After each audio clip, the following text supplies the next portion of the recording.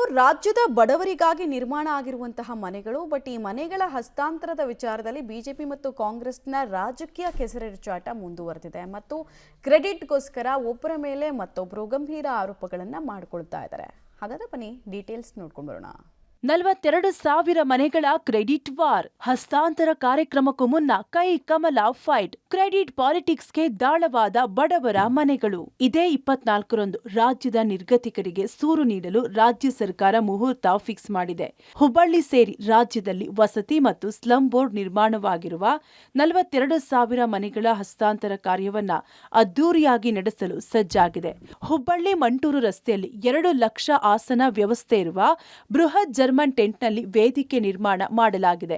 ವಸತಿ ಸಚಿವ ಜಮೀರ್ ಮತ್ತು ಸ್ಲಂ ಬೋರ್ಡ್ ಅಧ್ಯಕ್ಷ ಪ್ರಸಾದ್ ಅಬ್ಬಯ್ಯ ಕಾರ್ಯಕ್ರಮದ ಉಸ್ತುವಾರಿ ವಹಿಸಿಕೊಂಡಿದ್ದಾರೆ.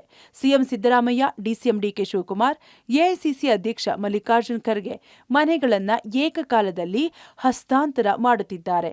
ಆದರೆ ಈ ಕಾರ್ಯಕ್ರಮ ಮತ್ತು ಮನೆಗಳ ನಿರ್ಮಾಣದಲ್ಲಿ ರಾಜಕೀಯ ಕ್ರೆಡಿಟ್ ವಾರ್ ಆರಂಭವಾಗಿದೆ. ಬಿಜೆಪಿ ಮತ್ತು ಕಾಂಗ್ರೆಸ್ ನಾಯಕರು ಬಹಿರಂಗವಾಗಿ ಸವಾಲು ಹಾಕುತ್ತಿದ್ದಾರೆ.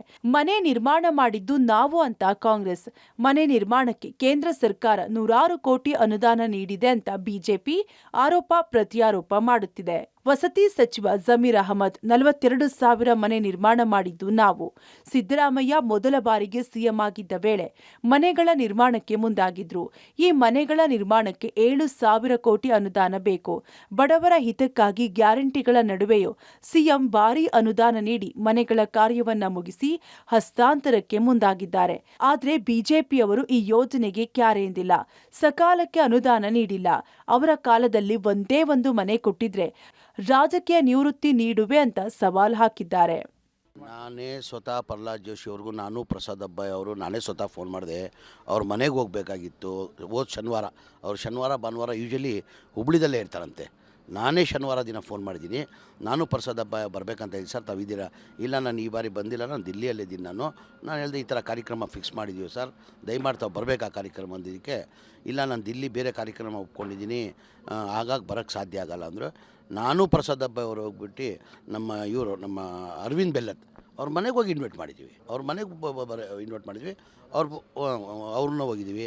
ನಮ್ಮ ಸ್ಪೀಕರ್ ಆದಂಥ ಹೊರಟ್ಟಿ ಸಾಹೇಬ್ರಿಗೂ ಅವ್ರಿಗೂ ಹೋಗಿ ಪರ್ಸನಲ್ ಭೇಟಿ ಮಾಡಿ ಹೇಳಿ ಇನ್ವಿಟೇಷನ್ ಕೊಟ್ಟು ಬಂದಿದ್ದೀವಿ ನಾವು. ಕೇಂದ್ರ ಸರ್ಕಾರ ಕೊಟ್ಟ ಅನುದಾನಕ್ಕಿಂತ ಜಿಎಸ್ಟಿ ಹೆಸರಲ್ಲಿ ವಾಪಸ್ ವಸೂಲಿ ಮಾಡಿದೆ. ಆದರೂ ನಾವು ಕಾರ್ಯಕ್ರಮಕ್ಕೆ ಕೇಂದ್ರ ಸಚಿವ ಪ್ರಹ್ಲಾದ್ ಜೋಶಿ, ಶಾಸಕ ಅರವಿಂದ್ ಬೆಲ್ಲದ್, ಮಹೇಶ್ ತೆಂಗಿನಕಾಯಿ ಅವರನ್ನ ಆಹ್ವಾನ ನೀಡಿದ್ದೇವೆ.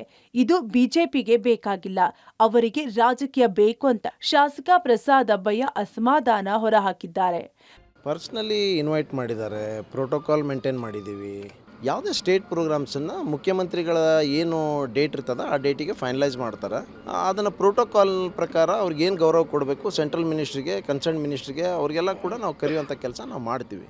ಆದರೂ ವಿನಾಕಾರಣ ಅವರು ಎಲ್ಲ ಒಂದು ಕಡೆ ಆರೋಪ ಮಾಡಬೇಕಂತೇಳಿ ಮಾಡ್ತಾರೆ ಬಿ ಜೆ ಪಿಯವರು. ಏನೋ ಸುಮ್ಮನೆ ಬೊಮ್ಮಾಯಿ ಅವ್ರು ಮಾಡಿದರು. ನಿಮ್ಮ ಕಾಲದಲ್ಲಿ ಏನೂ ಕಟ್ಟಲೇ ಇಲ್ಲ, ಬೇರೆ ಏನು ಅವರು ಒಂದು ಮನೆಯೂ ಸ್ಯಾಂಕ್ಷನ್ ಮಾಡಿಲ್ಲ. ಹಂಗಿದ್ರೆ ಸವಾಲು ಆಗ್ತಾರಲ್ಲ ನಮ್ಮ ಮಂತ್ರಿಗಳು.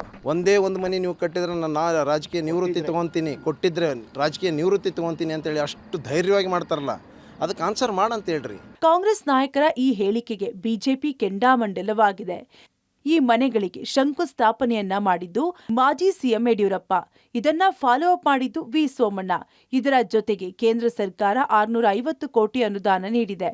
ಇದನ್ನೆಲ್ಲ ಮರೆಮಾಚಿ ಕಾಂಗ್ರೆಸ್ ಸರ್ಕಾರ ಬಡವರಿಂದ ಕ್ರೆಡಿಟ್ ತೆಗೆದುಕೊಳ್ಳಲು ಮುಂದಾಗಿದೆ ಅಂತ ಬಿಜೆಪಿ ನಾಯಕರು ಕಿಡಿಕಾರಿದ್ದಾರೆ.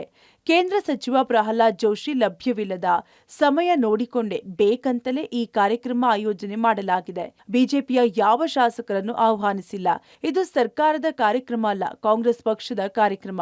ಸಿಎಂ ವಿರುದ್ಧ ಪ್ರತಿಭಟಿಸಿ ಕಪ್ಪು ಬಟ್ಟೆ ಪ್ರದರ್ಶನ ಮಾಡುತ್ತೇವೆ ಅಂತ ಎಚ್ಚರಿಕೆ ನೀಡಿದ್ದಾರೆ. ಕೇಂದ್ರ ಸಚಿವರಾದಂಥ ಪ್ರಹ್ಲಾದ್ ಜೋಶಿ ಅವರ ಪ್ರಮುಖ ಪಾತ್ರ ವಹಿಸಿರುವಂಥ ವಸತಿ ಇಲಾಖೆಯಲ್ಲಿ ಏನು ಮನೆಗಳನ್ನು ಹಸ್ತಾಂತರ ಕಾರ್ಯಕ್ರಮ ಏನು ಮಾಡ್ತಾ ಇದ್ದಾರೆ, ಅದನ್ನು ಕೇಂದ್ರ ಸಚಿವರ ಗಮನಕ್ಕೆ ತರದೇನೆ ಇದು ಮೇಲ್ನೋಟಕ್ಕೆ ಕಾಣಿಸ್ತಾ ಇದೆ. ಅವರ ಇರಬಾರ್ದು, ಆ ದಿವಸ ನಾವು ಈ ಕಾರ್ಯಕ್ರಮ ಮಾಡಬೇಕನ್ನೋ ದುರುದ್ದೇಶದಿಂದ ದಿನಾಂಕ ಮುಂದೆ ಹಾಕ್ಯಾರ ಅಂತೇಳಿ ನಮಗೆ ಮೇಲ್ನೋಟಕ್ಕೆ ಕಾಣಿಸ್ತದೆ. ಹೀಗಾಗಿ ಈ ಕಾರ್ಯಕ್ರಮ ವಿರೋಧಿಸಿ ಮುಖ್ಯಮಂತ್ರಿಗಳಿಗೆ ಮತ್ತು ವಸತಿ ಸಚಿವರಿಗೆ ನಾವು ಹೋರಾಟನ ಹಮ್ಮಿಕೊಳ್ತೇವೆ. ಕಪ್ಪು ಬಟ್ಟೆ ಪ್ರದರ್ಶನವನ್ನು ಆ ದಿವಸದಲ್ಲಿ ಮಾಡ್ತೀವಿ ನಾವು. ಕೂಡ ಈಗಾದ್ರೂ ಕೂಡ ಅದು ಕಾಂಗ್ರೆಸ್ ಸಮಾವೇಶನ ರೀತಿಯಲ್ಲಿ ನಡೀತಾ ಇದೆ. ಈಗಾಗಲೇ ನಾವೆಲ್ಲ ನಾಯಕರೆಲ್ಲ ಹೇಳಿದ್ದಾರೆ. ಅದು ಯಾವಾಗ ಶಿಷ್ಟಾಚಾರ ಉಲ್ಲಂಘನೆ ಆಯಿತು ಅಂದ್ರೆ ಏನು ಬ್ಯಾನರ್ಗಳಲ್ಲಿ, ಈಗ ಪೋಸ್ಟರ್ಗಳಲ್ಲಿ, ಪೇಪರ್ಗಳಲ್ಲಿ ನಮ್ಮ ಸರ್ಕಾರದ ಕೇಂದ್ರ ಸರ್ಕಾರದ ಒಂದು ಯಾವುದೇ ರೀತಿಯನ್ನು ಸಹಾಯ ಅದರಲ್ಲಿ ತೋರಿಸ್ತಾ ಇಲ್ಲ, ಹೇಳ್ತಾ ಇಲ್ಲ ಅಂದಾಗ ಮಾತ್ರ ಇದು ಈ ರೀತಿ ಮಾಡ್ತಾರಂತೇಳಿ ಅನ್ಕೊಂಡಾಗ ಈ ಹೋರಾಟವನ್ನು ಇಲ್ಲ. ಸೆಂಟ್ರಲ್ ಕ್ಷೇತ್ರದ ಜನಪ್ರಿಯ ಶಾಸಕರಿದ್ದಾರೆ, ಮಹೇಶ್ ಅನ್ನ ತೆಂಗಿನಕಾಯಿ ಅವರು, ಅವ್ರ ಮನೆಗೆ ಅವ್ರ ಶಿಷ್ಟಾಚಾರದ ರೀತಿಯಲ್ಲಿ ಮನೆಗೆ ಹೋಗಿಲ್ಲ, ಇನ್ವಿಟೇಷನ್ ಮಾಡಿಲ್ಲ ಅವರಿಗೆ. ಉಪನಾಯಕರ ರೀತಿಯಲ್ಲಿ ಹೋಗಿರ್ಬೋದು, ಏನೋ ಒಂದು ತೋರಿಸೋ ಒಂದು ಇದರಲ್ಲಿ ಹೋಗಿರ್ಬೋದು, ಆದ್ರೆ ಎಲ್ಲಾ ರೀತಿಯಿಂದ ಪ್ರೋಟೋಕಾಲ್ ಯಾವುದು ನಿಭಾಯಿಸಿಲ್ಲ ಅವರು. ಒಟ್ನಲ್ಲಿ ಬಡವರಿಗೆ ನೆರಳಾಗಬೇಕಿದ್ದ ಮನೆಗಳು ರಾಜಕೀಯ ಪಕ್ಷಗಳ ಮತಗಳ ದಾಳವಾಗಿ ಬದಲಾಗುತ್ತಿದೆ. ಬಡವರ ಹಿತಕ್ಕಾಗಿ ಯಾವುದೇ ಪಕ್ಷ ಮನೆಗಳನ್ನ ನಿರ್ಮಾಣ ಮಾಡಿದ್ರೂ ಅದು ಒಳ್ಳೆಯ ವಿಚಾರ. ಈ ರಾಜಕೀಯ ಕೆಸರೆರಚಾಟ ಬಿಟ್ಟು ಮನೆಗಳ ಹಸ್ತಾಂತರ ಅರ್ಹ ಫಲಾನುಭವಿಗಳಿಗೆ ಆಗಲಿ ಎನ್ನುವುದು ಹುಬ್ಬಳ್ಳಿ ನಾಗರಿಕರ ಮಾತು. Sunil Patil, public TV, Hubballi.